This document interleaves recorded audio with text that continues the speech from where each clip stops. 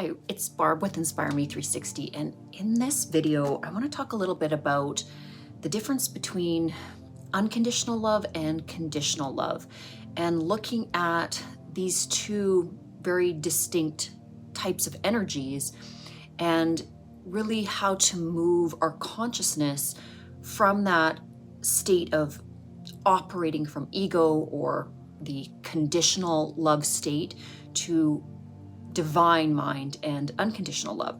So when we think of these principles, I like to teach it first from its opposite. So I want to go down the list of what conditional love means. And if you are loving anything, whether it be a platonic friend, a family member, a friendship, a romantic relationship, from the mental construct of conditional love, this is essentially meaning that you're utilizing this energy of love and streaming it through the lens of the ego. And so how will you know if you are operating from unconditional love or from the premise of conditional love? So first of all, conditional love, it seeks for itself before the other. So when you're evaluating any event, any circumstance, any behavior you have, look at it through this sort of filter. Am I doing this action, behaving this way, or visualizing, seeing the events in this way, or the action of others for a self-seeking benefit? That is also often in balance or out of balance. Now, there are times, where we're operating with unconditional love, and there's a very, very balanced benefit for all. But traditionally, when the ego is involved, it's going to be a very self-seeking type of energy. The other thing that the ego needs is constant validation, because again, the ego is very unstable, it's very insecure. So if any behavior that you are projecting outward is that sort of nagging, constant need for validation, you are not coming from a place of unconditional love. You are coming from a place of brokenness and a need for conditional love. It's also a great tool to how to evaluate the behaviors of others, or the behavior of others. And it doesn't mean that we're to judge them, but it is important for us to use discernment with our own behaviors and our own patterns, and also with how we are interacting with others, because the goal is always to move from the state of conditional love or the ego into the state of unconditional love or divine mind. So the ego also is always continually keeping score. So there's a scorecard. If I do this for you, then you have to do this for me.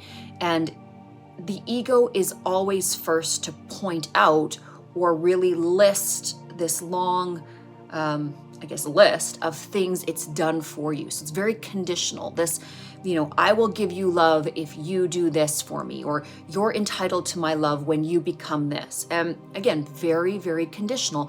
That is how the ego operates. It tries to control things. It comes from a place of woundedness, and it is not a healed divine energy. So again, it's always looking for self-benefit, self-profit, and this is also why it likes to keep score, because when it's doing so, it can circle back and utilize this sort of scorecard to create manipulation and distortion, and to essentially bend the will of the other so that it is circling back to this sort of self-benefactory mindset. Now, it's also going to hold things over you.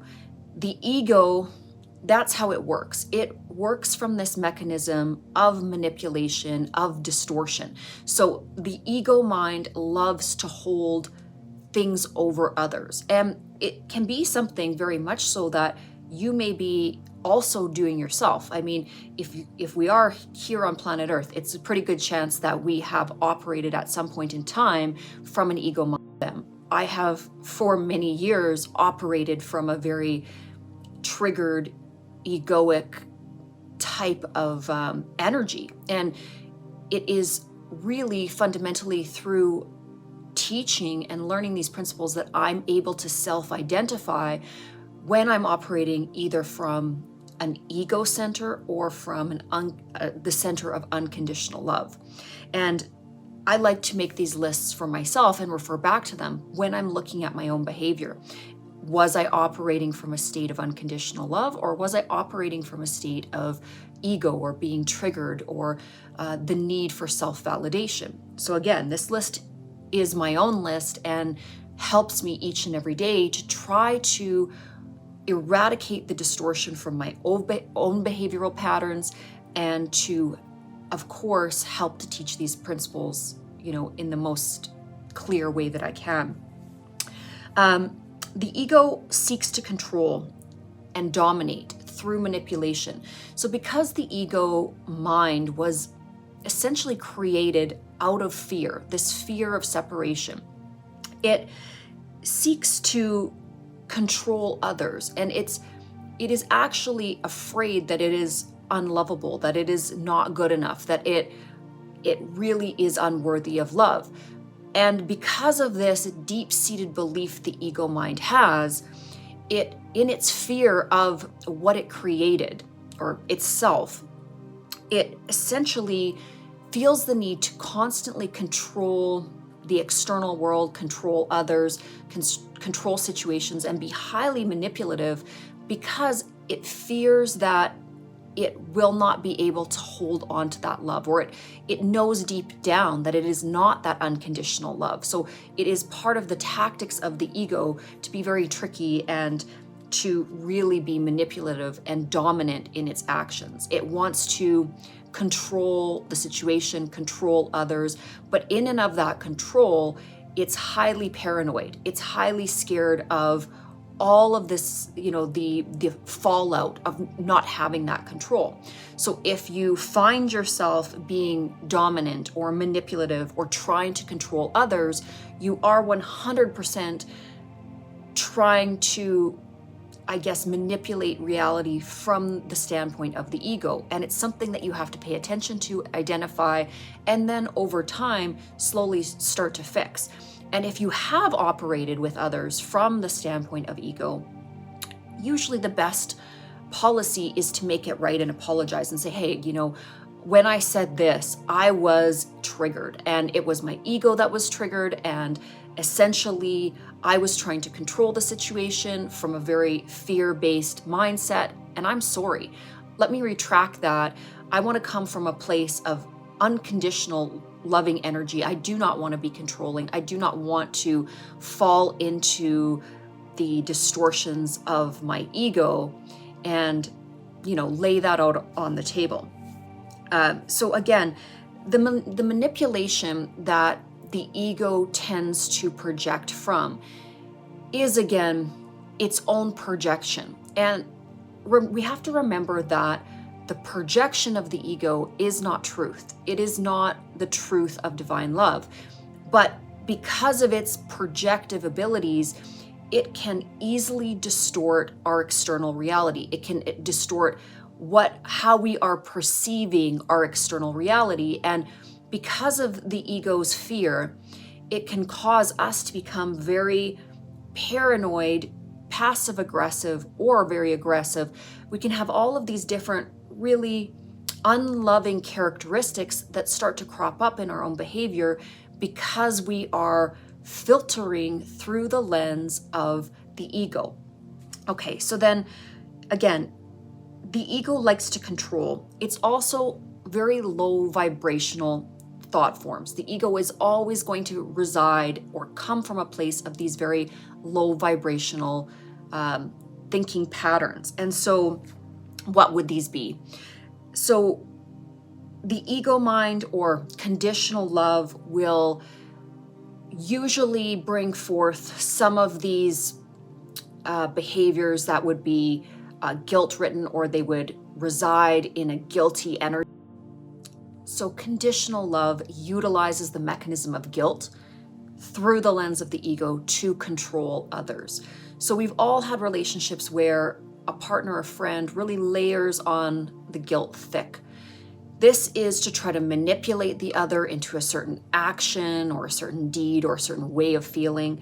So anytime guilt is at play here, that is a form of conditional love, and that is a mechanism of the ego. Anger. So again, the ego is kind of like a spoiled little brat. When it doesn't get its way, it can become very angry. It can attack, it can become violent, depending on the various degrees of, where that ego is pushing itself into. But again, conditional love and anger are, very tethered together, because when the ego doesn't get what it wants, it's angry. So you're going to feel that anger from any type of conditional ego-based love energy. Resentment. Again, when the ego or the egoic mind doesn't have its conditions met, it becomes resentful. And that resentful energy, again, is very low vibrational, but you will know if you are feeling resentment, if you're feeling anger, if you are projecting guilt, that you are operating from the premise of conditional love. Pride. So pride, again, is very ego-based thinking. And I don't mean pride in a job well done. There's a different kind of pride as well. That's like a very subtle, beautiful confidence. But I'm talking when we are boastful, when we are arrogant, when we are prideful, which is usually false bravado. And it comes forth and it comes from insecurity. So the ego is very insecure in its position. And so to, again, put up the smoke and mirrors, it often presents itself as very boastful, prideful, and it has a false confidence about it. It's conditional, but in this sense, it's coming from the projection of this holier than thou kind of attitude, okay? The other thing that conditional love will present is jealousy. So the ego is very jealous. It wants to own things. It wants to hold things. It's not the energy of extension. It's the energy of possession. And so anytime you're coming from a place of jealousy, or somebody is projecting jealousy onto you, again, that is their egoic mind center. Now, this can be in a relationship. This can be like a spousal relationship. This can also be just any human being in general. When human beings are triggered into the energy of envy or jealousy, it's a trigger that the ego is projecting out. It's basically the ego does not feel good enough, worthy enough of love, and sees the other in the external as worthy, as beautiful, as intelligent, whatever it is. And so instead of feeling that radiant adoration for the other, the ego immediately moves into attack mode, which is jealousy and envy. Okay. And then usually what precedes this kind of energy is some sort of an attack. Okay.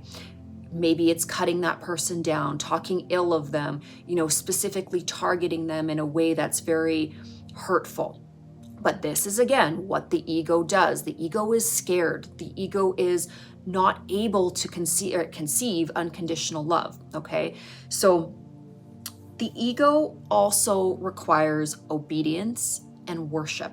It feeds on this energy. It needs to know that it is above all, it is the one, and it needs constant validation of this, because again, it cannot perceive unconditional love, which is all pervasive and just this gentle, balanced love. So in place of it, it asks for obedience through dominance and attack, and it asks for a certain kind of worship. Okay, it wants to be elevated. It wants to be above all other things. And this is a very unhealthy state of mind, but it is what the ego requires and feeds off of, okay? The ego is often very perfectionistic. It doesn't leave a lot of room for learning, for error, which is strange because, again, it is the most distorted thing.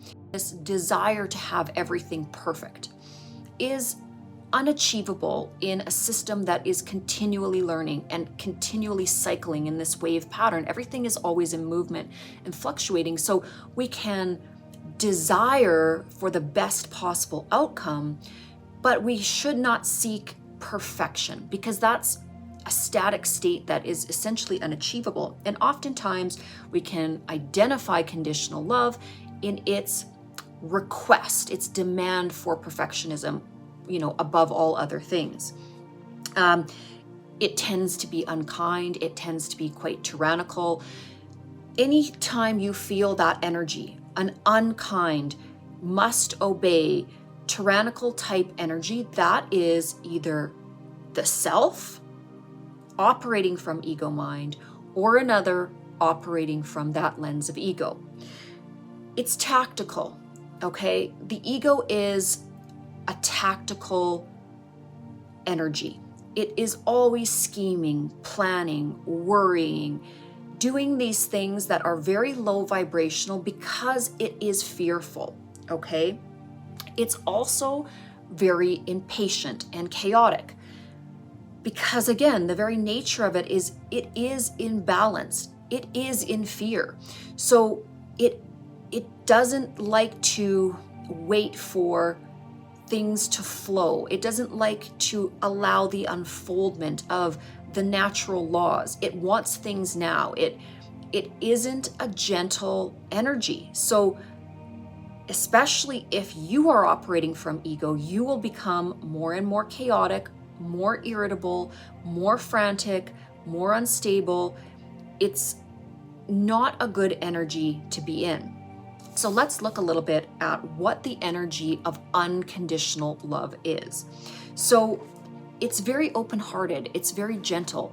When you are presented with the energy of unconditional love, you don't have to earn that love. It's not something that, again, it's not based on a scorecard. It just is. So when we look at divine love, it's given freely to all things equally. So again, there's nothing that you have to earn. Now, again, I'm teaching it in a very broad perspective. If I was specifically talking to my daughter or son and I was talking about, say, relationships or friendships, yes, to some degree, in logical everyday relationships, people have to earn your trust. You have to learn of them, okay? I'm not saying that you blanket unconditional love in a way that's self-sacrificing. But if you can learn to filter the world through the lens of unconditional love, you remove yourself from being the judge. You remove yourself from being the person that is in control of everything. You allow that divine energy to move through everything, and you take a softer approach to it, a more peaceful understanding that everything is unfolding naturally as it should for the learning of all others, including the self. Okay? So again, unconditional love sees the beauty in all things at all stages of growth. So sometimes that's very much at a distance. You can look at an individual who, may be in massive chaos, maybe in addiction, maybe in some very negative ego-based living, and you can see the beauty in their pathway. That doesn't mean that you have to join them where they're at on the journey. It just means that you're giving your highest regard to them. You see the divine in them, you see their journey, and you let it go. You're not acting in judgment, you're not higher than them. You understand that life is an unfoldment, okay? And this is, again, what mercy is. Mercy is looking upon others through the lens of unconditional love. Doesn't mean you have to go sit there and do what they're doing. It just means that you look at them through the eyes of love, kindness, compassion, okay? Now, the next thing that unconditional love basically, so unconditional love is not boastful, it's not arrogant, and it has nothing to prove.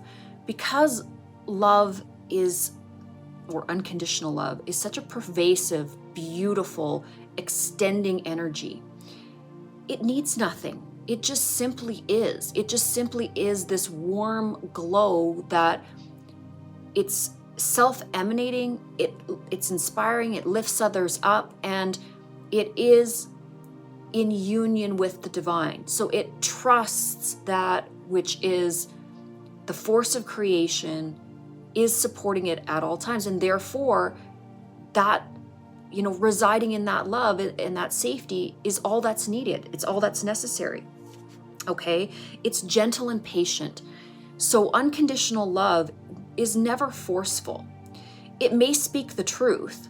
It may, come from a very grounded truthfulness, but it's going to be gentle and it's going to be patient because, again, it's an eternal energy. You can't rush growth.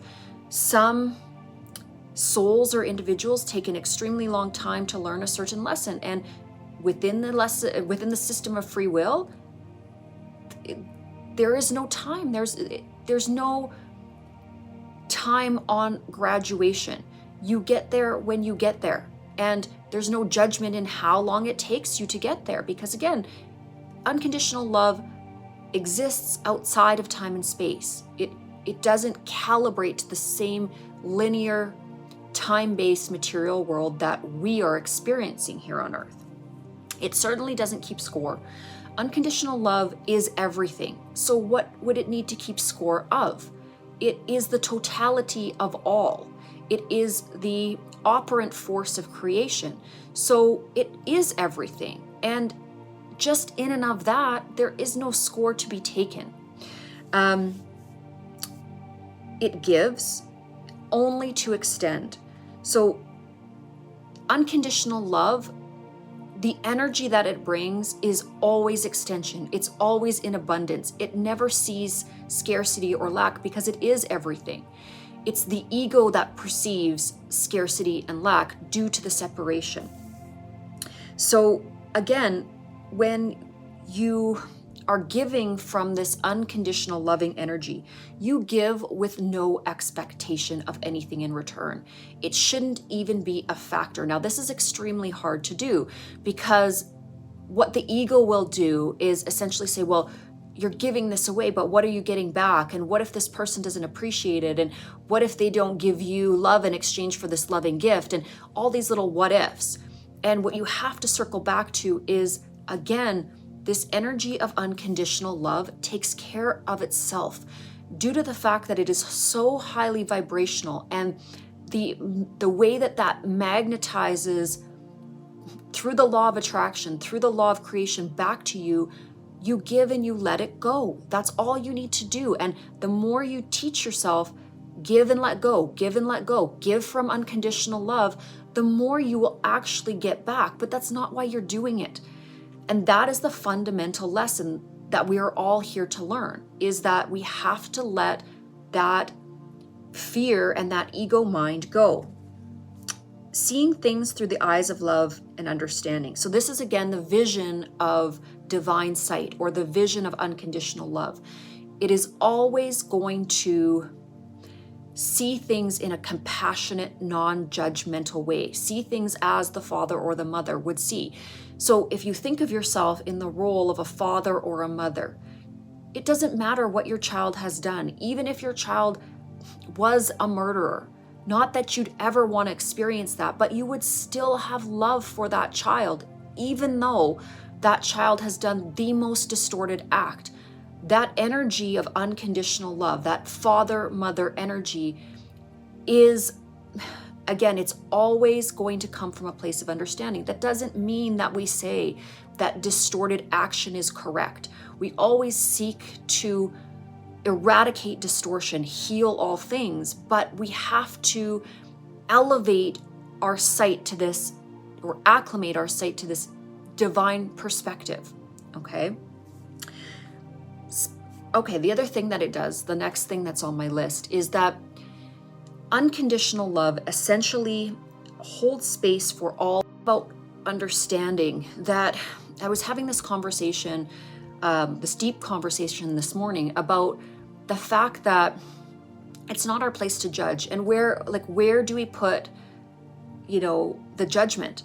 So you have somebody that came from an alcoholic father and mother, and they were sexually abused, and this poor child went through all of this trauma, and then the child grows up with very distorted beliefs about their own sexuality and how the world should look. All they've ever known is a very distorted reality. So was it the parents' fault? Is it the individual's fault that is now repeating those cycles? Yes, I mean, to some degree, we all have to take responsibility for our actions or our distortedness. We all have to seek to correct it. But really, as the human being, it's difficult for us to place ultimate judgment because we don't know the whole entire picture. It's easy to say this action is wrong. Yes, we can all discern that particular action is wrong. But lathering a total statement of judgment on another is incorrect in a certain sense, because again, we don't know the whole picture. We don't know the steps before that broke that individual or the pain that they're carrying. And again, this is why so many of the holy books or the esoteric teachings clearly state that judgment is God's job. It's a divine job, because the divine can see all pieces and all parts and can accurately calibrate whatever the judgment is. And essentially, that's kind of like what the quantum field does. It looks at all of the different things that are ongoing. It utilizes the principle of karmic law and what is balanced in the system, or what through the mechanism of cause and effect, okay? Because as there is a cause, so for there is an effect that will circle back through karmic law. But that is still a divine creation. It's still outside of the hands of the individual human or ego that wants to project judgment. So, and again, this is a difficult principle to teach, because people will circle back and say, well, you have to stand up for what's right. Yes, you do. I'm not saying that you don't have to stand up for what's right. It just said, all I'm saying is don't act as the judge. Do the best you can to speak the truth, to discern the truth, to learn the truth, but understand that you are still a seeker. Understand that you are not, God embodied into a human body. You are still a human being acting as a teacher, just as I am. I am still very much a human being. I teach, but I learn. And I am highly aware that I am in a learning stage myself. I am continually learning and going back and saying, could have I done this better? What is a better way to present myself? And how can I move from the lower vibrational thought forms of ego into those higher vibrational thought forms of, again, the divine mind, that unconditional loving state? Okay, so, and again, a way that Jesus put this is that they know not what they do. So in that statement, in that bold statement, it's simply saying that those that are in distortion are asleep. They've gone through pain, they've gone through suffering, they have not awakened to the level of their own distortion. So unconditional love allows you to choose it, and it flows naturally, okay? So again, when you know an energy is unconditionally loving, it's never going to be forceful. It's not going to say to you, you have to love me, you're obligated to love me, you must love and worship me. No, unconditional love simply is and simply waits in its gentle energy for the feeling of love to self-propagate or to be transmitted between the other. There is no controlling in it. And that's, again, the ego is the other side of the spectrum. It's very controlling. It will demand for the other to love it, even if the other is not ready to love it. It is a very demanding, controlling energy. Okay, so I'm going to keep reading. There's a few more. Okay. You will always feel protected and safe when you're in the presence or when the energy of unconditional love is present. you will never feel lack. You will never feel that you are lacking. You will always know that that love energy is self-circulating. It is circulating between you and the other, or you and the external. So it doesn't always have to be another human being. I mean, we can perceive unconditional love from our pets, from nature, from the beauty that is creation. When we look at it, it just beams back to us this loving, safe energy. The other thing that you will really feel when you're in the energy of unconditional love is a certain guidance. You will feel guided. You will feel truth. You will just feel a very grounded, balanced energy. Nothing within it is chaotic or frantic. It is just divine peace. And that's how you will know that you are in the presence of this unconditional loving energy. And it doesn't matter how you show up. If you are tired, if you are broken, if you are, feeling overwhelmed or full of anxiety, or, if you didn't brush your hair that day, whatever it is, when you're in the energy of unconditional love, you will never feel inadequate. It just radiates in such a strong, beautiful, powerful, eternal way that you settle into it. It's a settled energy. You don't need to be anything other than just what you are, where you're at, because the love is there. It's present. It's pervasive. So I'm going to wrap this video up. But that is, my list, my chart that I go through when I look at my own actions, when I look at how I'm dealing with others, mistakes in communication that I'm making, because I make them. I always ask, what side of the page am I coming from?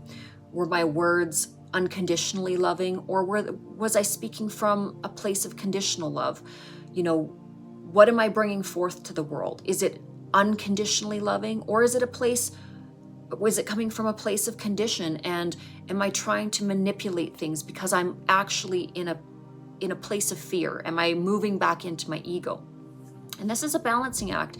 It's certainly not something that you grasp in a day, a year, even several years. I've been working at this for years and years and years, and I still don't always get it right. In fact, I probably get it wrong a lot more than I get it right, but at least I'm utilizing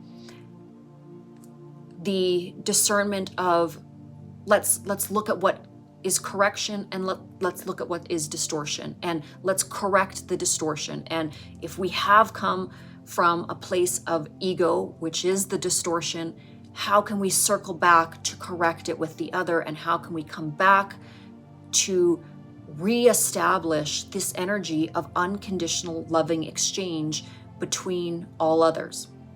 So have a beautiful week or weekend, no matter when you're watching this video, and hopefully we'll see you in the next one.